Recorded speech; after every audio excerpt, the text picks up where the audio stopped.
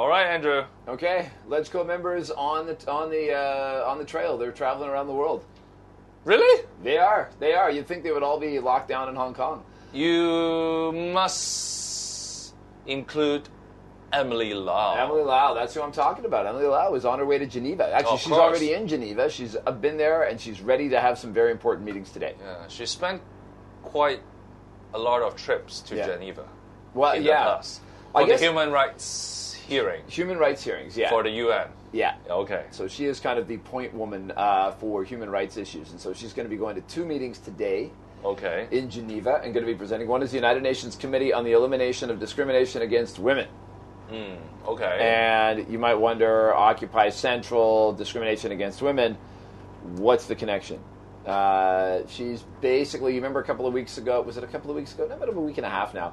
There were a couple of cases, including one which was caught on camera, where people were sexually harassing women. And in the video in particular, the police just kind of looked like they showed up and were like, what, and then let the guy go, which was not well received for obvious reasons. So Emily Lau, it is a little bit shoehorning all of Occupy Central into this committee on, discrimination against women.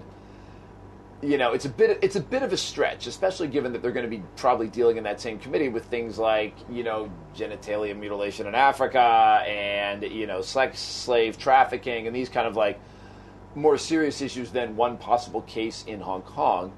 But they're getting profile for, this Hong Kong conflict wherever they can. All right. She probably has a better case in her second meeting, which is in the International Covenant on Civil and Political Rights. International Covenant on Civil and Political Rights.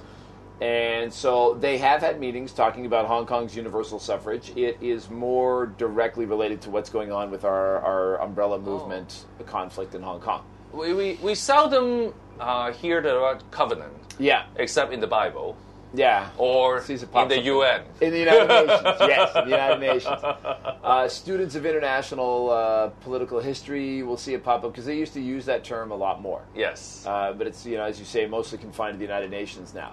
Yeah. So, but yeah, that's the Covenant on Civil and Political Rights. Yeah. It's when you are dealing with issues of global scale. Yeah. And of sacred nature. Yeah.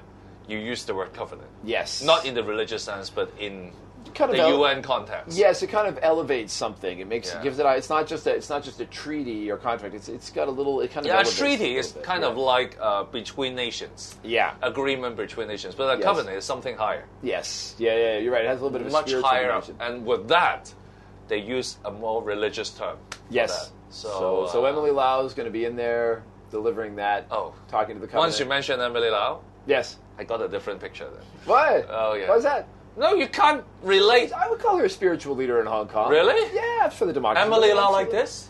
A little bit, yeah. No. Yeah, I mean, she's definitely... Emily Lau never like this. Wow. Emily Lau always like that. Well, yeah, true. Well, yeah, but she's got a certain moral authority, I think, that has to be recognized. Okay. Yeah. Thank you, Emily.